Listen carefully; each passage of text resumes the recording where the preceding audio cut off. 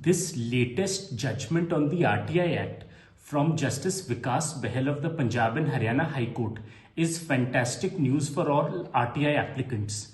The case number is CWP 17672 of 2023, decided on 16th August 2023, and the case title is Rajvinder Singh versus State of Punjab. In this case, an RTI applicant had filed his application seeking details of the action taken by the police on his criminal complaints that he had filed with them. He was not granted any information, and therefore he filed an appeal and ultimately went on to file a second appeal with the State Information Commission.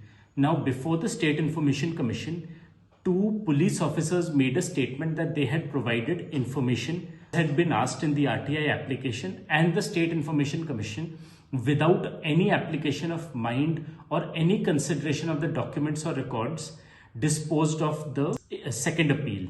Thereafter, the petitioner filed a writ petition before the High Court. The Punjab and Haryana High Court in this case issued directions to all three states, Punjab, Haryana and Chandigarh Union Territory, that all authorities under the RTI Act are required to do the following. 1. Furnish a point-wise reply to all the queries raised in the RTI application. 2. List out all the queries which are raised by the applicant in his application.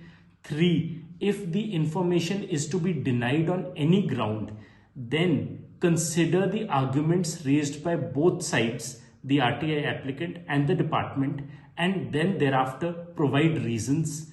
4th, anything else which is important also needs to be included in the order. Now, the High Court has come down very strongly on the approach adopted by various authorities under the RTI Act, including State Information Commissions, that they pass unreasoned and cryptic orders which do not contain any basis.